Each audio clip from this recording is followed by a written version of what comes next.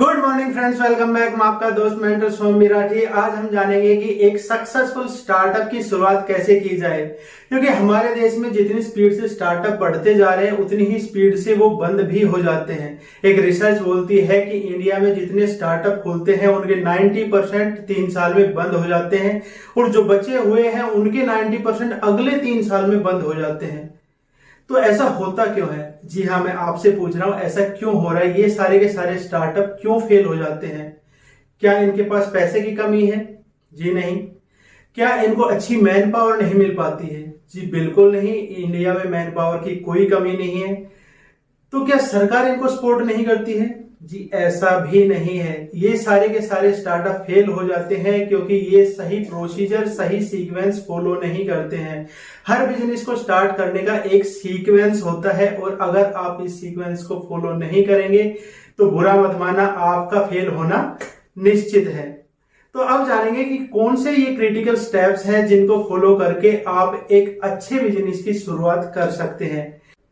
First है market research. जी हाँ, ये सबसे क्रिटिकल स्टेप है और यहाँ पर काफी सारे एंटरप्रेन्योर्स गलती कर देते हैं क्योंकि या तो मार्केट रिसर्च करते ही नहीं है और अगर करते भी हैं तो सही से नहीं करते हैं। जब आप मार्केट रिसर्च करते हैं तो आपको पता चलता है कि लोगों की बर्निंग प्रॉब्लम क्या है। जब आप लोगों से मिलेंगे तो आपको पता चलेगा कि कौन सी ऐसी प्रॉब्लम है जिसको आप सोल्व कर सकते हैं और यहां से आपको एक अच्छा बिजनेस आइडिया मिलेगा। और अगर आपके पास में पहले से कोई आइडिया है जिस पर आप काम करना चाहते हैं तो आपको पता चलेगा कि उसमें दम कितना है आपके आइडिया की। आप जो प्रोडक्ट बनाने वाले हैं उसकी मार्केट में डिमांड भी है या नहीं। कहीं ऐसा तो नहीं है कि लोगों को उसकी जरूरत ही नहीं है, या फिर आप एक ऐसी बिजनेस में जाना चाहते हैं जो हर तीसरा आदमी कर रहा है। एग्जाम्पल के लिए ले लेते हैं कि आप फास्ट फूड की स्टॉल लगाना चाहते हैं और जब आप मार्केट में जाएंगे तो आपको पता चलेगा कि फास्ट फूड की स्टॉल की लाइन लगी पड़ी है। अगर आप same to same business plan लेके चल रहे हैं तो आपको सक्सेस होना काफी हद तक कम हो जाता है क्योंकि वहां पे इतना ज्यादा कंपटीशन होगा कि आप टिक नहीं पाएंगे। सेकेंड स्टेप है आइडेंटिफाई योर आइडियल कस्टमर, क्योंकि सारी की सारी दुनिया आपकी कस्टमर नहीं हो सकती है। कुछ ही लोग होंगे जिनको आपके प्रोडक्ट और सर्विस की जरूरत होगी। तो आप अपने आइडियल कस्टमर तक पहुंचेंगे कैसे? आप तभी पहुंच सकते हैं जब आपको पता होगा कि आपके आइडियल कस्टमर है कौन से वो पेइंग कस्टमर है जो आपके प्रोडक्ट और सर्विस के लिए पे करने को तैयार है। तो उन तक आप तभी पहुंच सकते हैं जब आपको पता होगा कि वो है कौन और कहाँ रहते हैं। इसके लिए आप कुछ चीजों का पता लगा सकते हैं, जैसे कि एज की, आप किन लोगों को टारगेट करना चाहते हैं, किस एज ग्रुप के लोगों के लिए आपके प्रोडक्ट सही हैं, बच्चे, बूढ़े या जवान। उनका जेंडर क्या है, वो मेल है या फीमेल है।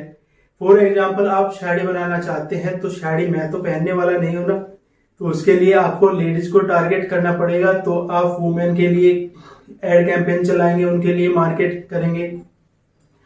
उसके बाद देखिए कि वो रहते कहाँ है, उनका प्लेस कौन सा है, फिर उनका प्रोफेशन क्या है, वो क्या काम करते हैं, उनकी इनकम ग्रुप क्या है, क्योंकि किसी भी आदमी की पर्टिकुलर इनकम पता करना थोड़ा मुश्किल होता है। इसलिए पता कीजिए कि एक आइडिया लगाइए कि किस इनकम ग्रुप में वो आते हैं। इसके बाद पता कीजिए कि उनका एक्सपेंस बजट कितना है, आपके प्रोडक्ट और सर्विस के लिए वो कितना पे कर सकते हैं। फिर वो बार्गेनर है या बायर है, कहीं ऐसा तो नहीं खाली बार्गेन करके चले जाते हैं, खरीदते नहीं है। वो बायर है या बार्गेनर है, इसका भी आप पता लगाइए।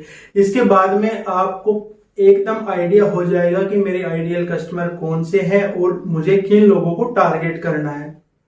अगला स्टेप है बिजनेस मॉडल। इससे पता चलता है कि आप अपने बिजनेस से कमाएंगे कैसे आपके पास में पैसे आएंगे, क्योंकि अल्टीमेटली आपने बिजनेस स्टार्ट किया है तो कुछ कमाने के लिए ही किया होगा, समाज सेवा के लिए तो नहीं किया है। क्योंकि समाज सेवा के लिए करते तो आप एनजीओ खोलते ना कि बिजनेस स्टार्ट करते।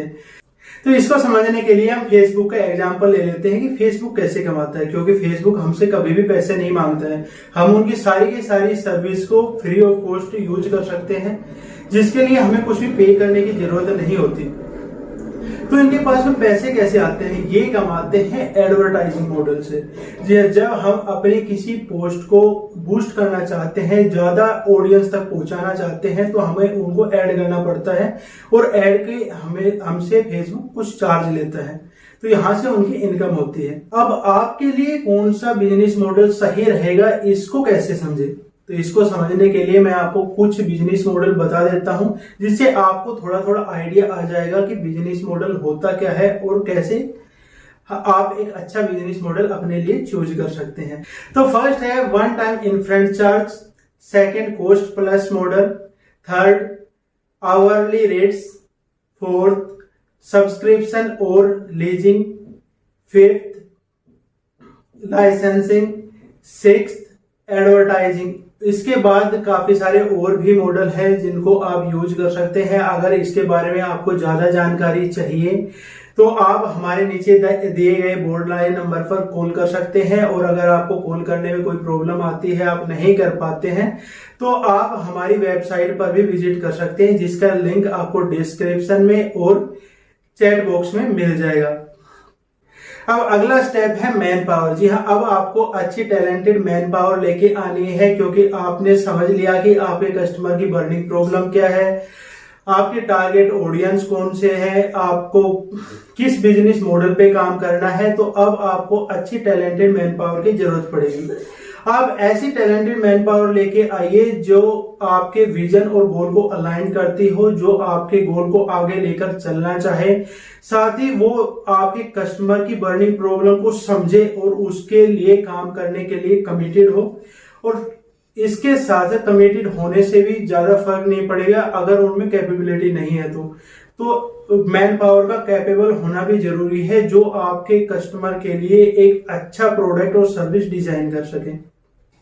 अब अगला स्टेप आता है प्रोडक्ट। जी हाँ, अब आप प्रोडक्ट डिजाइन करने के लिए एकदम रेडी है, तो एक ऐसा प्रोडक्ट डिजाइन कीजिए जो आपके कस्टमर की बर्निंग प्रॉब्लम को सोल्व करता हो, इजी टू यूज हो, जिसको कोई भी आसानी से यूज कर सके, उनके बजट में आता हो और इजीली अवेलेबल हो।